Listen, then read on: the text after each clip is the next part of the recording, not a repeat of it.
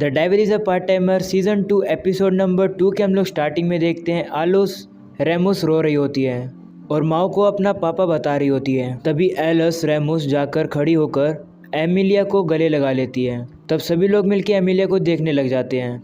तो एमिलिया उनसे कहती है कि मेरी तरफ इस तरीके से मत देखो, इस बच्चे ने मेरी सेक्रेट स्वॉर्ड को नॉर्मल हाथों से पकड़ लिया, जिसका मतलब है कि ये लड़की एक नॉर्मल बच्ची तो नहीं हो सकती है। तो सुजनो कहती है कि इस थ्योरी से तो हम लोग और आगे नहीं बढ़ पाएंगे। एक बार इस बच्ची की फीलिंग्स के बारे में तो सोचो जो एमिलिया को अपनी मॉम सोच रही है। तब एमिलिया कहने लगती है कि तुम्हारे लिए आसान है ये बात कहना, अगर तुम मेरी जगह पे होगे तब तुम्हें पता चलेगा ये कैसा फील होता है। तब ची एमिलिया को कहती है कि अगर उसे कोई प्रॉब्लम है तो वो उसकी जगह बदल सकती है और वो उस बच्चे की मम्मी बन सकती है। उसके बाद एमिलिया ची को कहती है कि तुम्हारे मोटिव तो कुछ अलग ही लग रहे हैं। उसके बाद एलोस रेमोस दोबारा रोना शुरू कर देती है। एमिलिया उसे दोबारा कहती है कि मैं तुम्हारी मम्मी नहीं हूँ। तभी एलोस रेमोस काफ़ी ज़्यादा क्यूट फेस बना देती है, जिसके कारण से एमिलिया का दिल पिघल जाता है और वो उसकी मम्मी बनने के लिए एक्सेप्ट कर देती है। माओ कहता है कि अगर ये बच्ची एक एप्पल सी चीज़ से नहीं निकलती तो ये एक नॉर्मल बेबी होती। तभी वो उसकी चीक्स पर पोक करने लगता है। एमिलिया माओ को रोकती है और कहती है कि इस तरीके से तुम इसे उठा दोगे। उरुशियारा कहता है कि एक बार ये सोचो कि ये सातन को अपना पापा क्यों बता रही है। तो ची बताती है कि ऐसा हो सकता है कि एप्पल से हैच होने के बाद इसने सबसे पहले जिन लोगों को देखा वो उनको अपना पेरेंट समझ रही है। तो उरुशियारा कहता है उसका ये मतलब नहीं है, उसका ये मतलब है कि इसको माओ का कैसे पता कि माओ ही सातन है। तो आशा कहता है कि लगता है किसी ने आलस रेमस को सातन का नाम बताया और किसी ने उसको एक एप्पल के रूप में हमारे पास भेज दिया। ची माओ से रोते हुए पूछती है कि क्या माओ ने एलस रेमस का पेरेंट बनने के लिए एक्सेप्ट कर लिया। तो वो ची से कहता है कि उसको नहीं पता कि एलस रेमस को एनिमे ने भेजा या फिर किसी फ्रेंड ने, बट मैं इतना श्योर हूँ कि वो लोग वापस यहाँ पर आने वाले ही हैं। तो आशा कहते हैं कि क्या ये सीरियल है। तब सुजनो कहती है कि नहीं, मुझे डाउट है कि वो लोग इस बारे में इन्वॉल्व होंगे। और अगर देखा जाए एलस रेमोस नाम एक हैवी नाम है, इसका मतलब होता है कि ये वर्ड एंटे आइसला की ह्यूमन लैंग्वेज है। एलस का मतलब है विंग्स और रेमोस का मतलब है ब्रांच, और हम लोग इसे अस्यूम कर सकते हैं कि एलस रेमोस के पेरेंट्स एंटे आइसला में कहीं रहते हैं। तो माओ कहते हैं कि हमें नहीं पता एलस रेमस को किसने भेजा है, बट तब तक के लिए हमें एलस रेमस का ख्याल रखना होगा जब तक हमारा फ्रेंड या दुश्मन वापस नहीं आ जाता। और जिसका मतलब है प्रॉब्लम वहाँ पर आ गई कि एलस रेमस का ख्याल रखेगा कौन। एमिलिया कहती है कि मैं इसका ख्याल नहीं रख सकती हूँ क्योंकि मैं अकेली रहती हूँ और मैं काम करती हूँ। आशा कहने लगता है कि ये काफ़ी ज़्यादा हार्ड होने वाला है एक बच्ची को सपोर्ट करना, क्योंकि हम लोग 3 लोग पहले एक साथ रहते हैं और ये काफ़ी ज़्यादा मुश्किल होगा एक बेबी को अपने साथ रखना। तो ची कहती है कि उसके पेरेंट्स के कारण वो हेल्प नहीं कर सकती है। तब सुजनो कहती है कि वो एलस रेमस का ख्याल रखेगी। उसने काफ़ी ज़्यादा चिल्ड्रन का ख्याल रखा जब वो चर्च में थी। तब माओ कहता है कि मैंने डिसाइड कर लिया, अब से डेविल कैसल एलस रेमस का ख्याल रखेगा। सीन शिफ्ट होता है जहाँ पर ची को दिखाया जाता है जो कि अपने स्कूल में होती है और अपनी आर्चरी की प्रैक्टिस कर रही होती है। ची की फ्रेंड उससे पूछती है कि क्या उसने माओ को बताया कि वो उसको लाइक करती है, जिसके बाद ची बताती है कि उसने उसको बताया कि उसे पसंद करती है, लेकिन उसने अभी तक आंसर नहीं दिया है और कहती है कि शायद से वो मुझे इक्वली ट्रीट करता है जैसे कि वो सभी लोग को प्रोटेक्ट करना चाहता है। तब ची की फ्रेंड उसके कहती है कि तुम्हें चिंता करने की ज़रूरत नहीं है, तुम काफ़ी ज़्यादा कैपेबल गर्ल हो। प्रैक्टिस ख़त्म करने के बाद ची एक दुकान पर आती है और वहाँ से सामान खरीद कर माओ के घर पर आ जाती है। वो देखती है कि आशिया की हालत काफ़ी ख़राब लग रही है, तो उससे पूछती है कि क्या हुआ। तो आशिया उसको बताता है कि एलस रेमस को सोने में काफ़ी ज़्यादा टाइम लग गया, लेकिन वो फाइनली सो ही गई। रात भर एलस रेमस रोती रही और कभी भी चुप नहीं हुई और हमसे हमेशा पूछ रही थी कि मेरी मम्मी किधर है।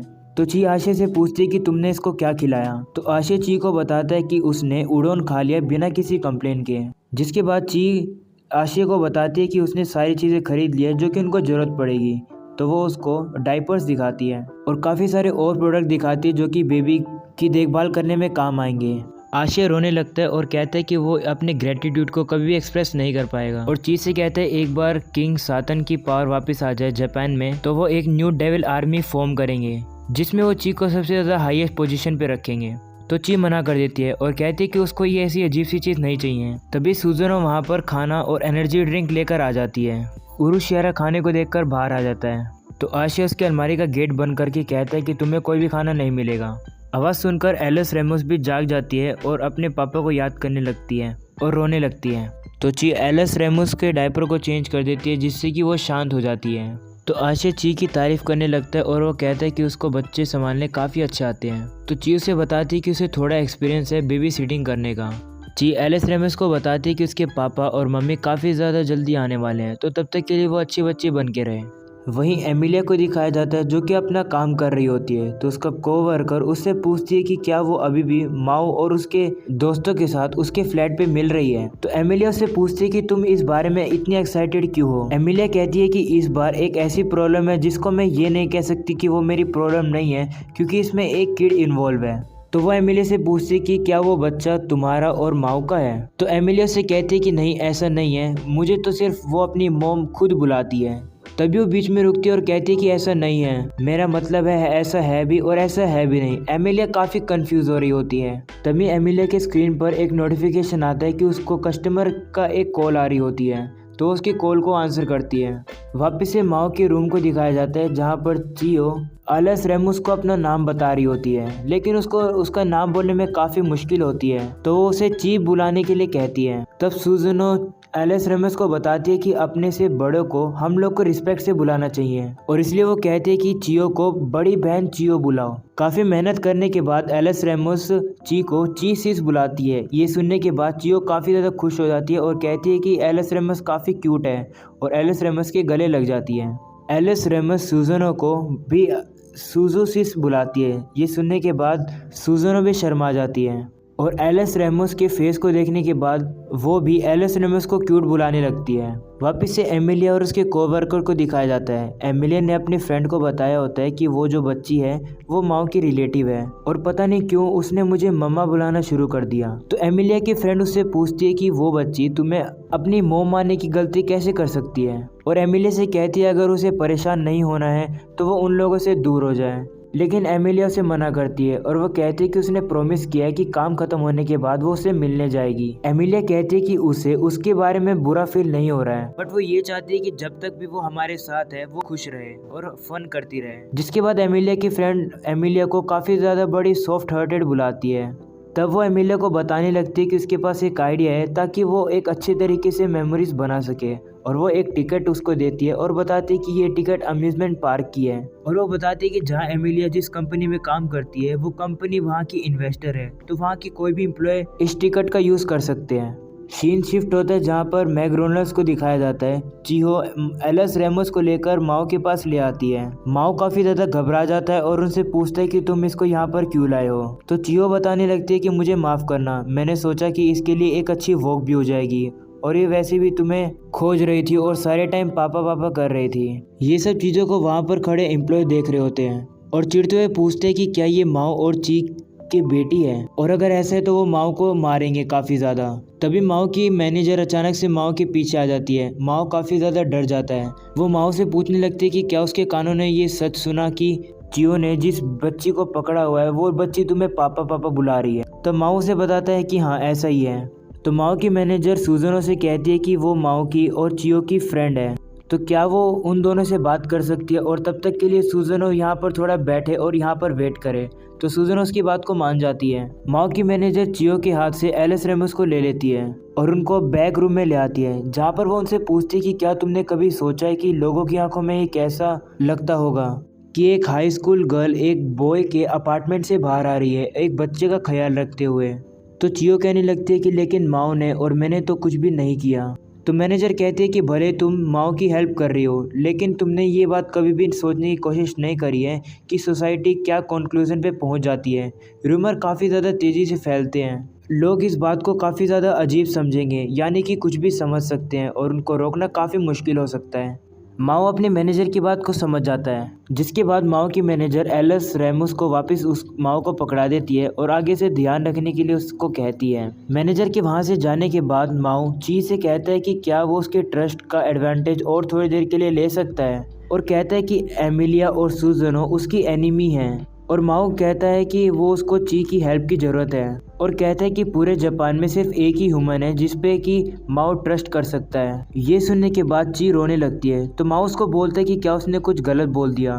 तो ची उसको कहती है कि नहीं, वो सिर्फ काफ़ी ज़्यादा खुश फील कर रही है। मैं सुनकर काफ़ी खुश हूँ कि तुम मुझ पर भरोसा करते हो। ची माओ से कहती कि वो उसके कन्फेशन के आंसर का अभी भी वेट करेगी, लेकिन चाहे कुछ भी हो, माओ का आंसर कुछ भी हो, वो माओ की पूरी कोशिश करेगी हेल्प करने के लिए। ये सुनने के बाद माओ काफ़ी ज़्यादा खुश हो जाता है और ची का थैंक यू करता है। तभी माओ की मैनेजर वहाँ पर आती है और वो कहती है कि वो ड्रॉर में कुछ चीज़ भूल गई थी। तभी उनको वहाँ पर एक टिकट रख देती है और वो बताती है कि अम्यूज़मेंट पार्क की टिकट है।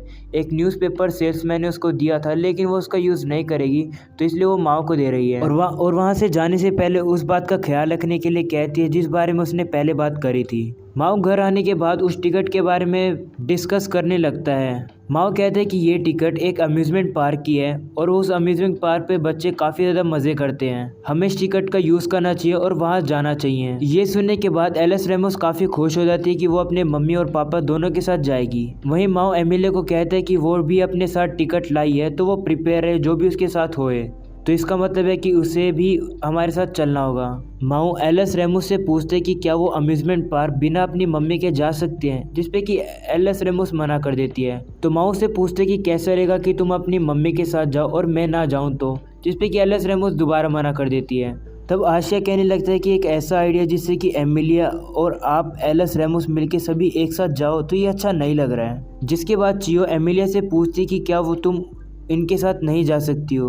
वो एमिलिया से कहती है कि तुम इस तरीके से क्यों नहीं जाती हो कि माओ कुछ हरकतें ना कर दे वहाँ पर। तो एमिलिया मान जाती है कि वो अब एलिस रेमोस के साथ काफ़ी टाइम स्पेंड करेगी। एमिलिया अपने घर पहुँचने के बाद कहती है कि वो इस चीज़ को काफ़ी हेट करती है। वो सोच रही होती है कि मैं डर क्यों रही हूँ, मैं तो एलिस रेमोस की नकली मॉम बनकर जा रही हूँ, ना कि माओ की वाइफ बनकर। और एमिलिया काफ़ी शर्मा जाती है। तभी वो खड़ी होती है और कहती है कि जाने से पहले उसको ब्यूटी सलून में जाना चाहिए। तभी एमिलिया को एमरेडा की कॉल आती है। एमिलिया उसे बताती है कि वो अपनी हीरो की ड्यूटी को काफ़ी अच्छे से पूरा कर रही है। तब एमरेडा उसको कहती है कि वो एंजल जो कि उसके सीक्रेट स्वॉर्ड के पीछे था अभी भी वहीं पर ही है। तो एमिलिया कहती है मुझे अभी चिंता करने की ज़रूरत नहीं है, क्योंकि सेरिल अभी पीछे हट चुका है। तभी एमिलिया उससे एक एप्पल के बारे में पूछती है जिसमें से एक लड़की निकलती है, लेकिन उसको भी उसके बारे में कुछ भी नहीं पता होता है। सीन वापस से माओ के घर का दिखाया जाता है, जहाँ पर आशिश चिल्लाते हुए कहते हैं कि क्या होगा अगर एलिस रेमोस के ऊपर कोई हमला कर देगा तो माओ कहता है ये तो उससे ज़्यादा सेफ है कि हम लोग इसको एक ही अपार्टमेंट में एक ही जगह पर रखेंगे। तो और आशिश से पूछते कि क्या तुम एलिस रेमोस को उरुशियारा जैसा बनाना चाहते हो, जिस तरीके से वो एक ही जगह पर अपने घर में पड़ा रहता है, कहीं पर भी नहीं जाता है। तब आशिया बताते हैं कि एलिस रेमोस काफ़ी ज़्यादा अच्छी है। वो खाना कंप्लीट करने के बाद अपनी डिशेस को अपने आप ही साइड में लाकर रख देती है और वापस से अम्यूज़मेंट पार्क जाने की बात को रिकंसिडर करने के लिए कहता है। तो सूजन और आशिया से कहती है कि अगर तुम्हें इतनी चिंता है तो तुम उनका फॉलो क्यों नहीं करते हो, वैसे भी हमारे पास काफ़ी ज़्यादा टिकट पड़ी भी है अभी। और रही बात उनके घर को संभालने की, तो सूजन उनका घर को संभाल लेगी। तब माओ कहने लगता है कि फ्यूचर के बारे में सोचने की कोई भी ज़रूरत नहीं है। माओ कहता है कि मुझे इस घर के लिए पैसा कमाना है और सभी लोगों का पेट भरना है, इसीलिए मैं काफ़ी ज़्यादा मेहनत करूँगा। तब आशिया माओ से पूछता है कि उसने एलिस रेमोस को अपने साथ रहने की इजाज़त क्यों दी। तो माओ बताता है कि जो लोग हैं वो हेल्प कर रहे हैं, हमारे जैसे सूजन और ची हो गए, सभी लोग मिलकर हमारी मदद कर रहे हैं, लेकिन अगर आखिरी में अगर कुछ भी हो गया तो रिस्पॉन्सिबिलिटी लेने वाला कोई भी नहीं होगा। अगर मैं रिस्पॉन्सिबिलिटी लूँगा तो मेरे पास कोई भी प्रूफ नहीं होगा, चाहे कुछ भी बुरा हो जाए। तभी हम लोग माओ को देखते हैं जो कि साइकिल पे एलिस रेमोस को बिठा के ट्रेन में ले जा रहा होता है ताकि वो अम्यूज़मेंट पार्क पे जा सके। तभी हम लोग एक लड़की को देखते हैं जो कि खंबे से पीछे माओ को देख रही होती है। वहीं ट्रेन स्टेशन पहुंचने के बाद आशिया उन दोनों का पीछा कर रहा होता है और कहता है कि कुछ भी सस्पिशियस नहीं है। तभी ची पीछे से आती है और कहती है कि सबसे सस्पिशियस पर्सन तुम ही लग रहे हो। आशिया काफ़ी ज़्यादा डर जाता है और ची से पूछता है कि वो यहाँ पर क्या कर रही है। तो ची उसे बताती है कि सूजन ने उसे सारी बात बता दी है और वो यहाँ पर भी हेल्प करने के लिए आई है। और आशिया से पूछती है कि उसके पास तो एक सेलफोन भी नहीं है, तो अगर वो कांटेक्ट कैसे करेगा उन लोगों को। तो आशिया कहता है कि मैं तो एक पे फ़ोन का यूज़ कर लूँगा। जिसके बाद ची कहती है कि मुझे पता तुम ऐसे ही वियर्ड जवाब देने वाले हो, इसलिए वो अपने एक इमरजेंसी के लिए उसे एक अपना फ़ोन बोरो करने के लिए देती है और आशिया को उसकी आंखों से सनग्लासेस निकालने के लिए कहती है, क्योंकि वो काफ़ी ज़्यादा सस्पिशियस लग रहे होते हैं। तभी वहाँ पर एमिलिया कुछ अलग ही आउटफिट पहनकर आ जाती है। ये देखकर आशिया कहता है कि एमिलिया ने जो आउटफिट डाली उसमें लड़ना काफ़ी ज़्यादा मुश्किल होगा, लगता है ये भूल चुके कि ये एक हीरो है। तभी वहाँ पर एमिलिया की कोवर्कर आ जाती है और उनसे पूछती है कि तुम्हें आज एमी के आउटफिट के बारे में तुम्हें क्या कहना है। तो ची पहचान जाती है कि वो एमिलिया की फ्रेंड है सुजुकी। सुजुकी कहती है कि उसने एमिलिया का काफ़ी देर से पीछा कर रही है और उन्हें बताती है कि एमिलिया कभी भी काम पर इस तरीके के कपड़े डालकर पहले कभी नहीं आई हैं और लगता है कि आज ही वो दिन है। सीन शिफ्ट होता है जहाँ पर हमें एक अजीब सी जगह दिखाई जाती है और वहाँ पर दिखाए जाते हैं अजीब से लोग जो कि कहते हैं कि हमें ट्री ऑफ लाइफ को उसके पहले वाले प्रॉपर फॉर्म में रिफॉर्म करना होगा। और वो लोग एक काफ़ी बड़ी गेट में घुस जाते हैं जिसके बाद उरुशियारा को दिखाया जाता है। उसको पता लग जाता है कि कहीं पर तो काफ़ी बड़ा एक गेट ओपन हुआ है और यहीं पर एपिसोड ख़त्म हो जाता है। तो मिलते हैं इसके नेक्स्ट एपिसोड में।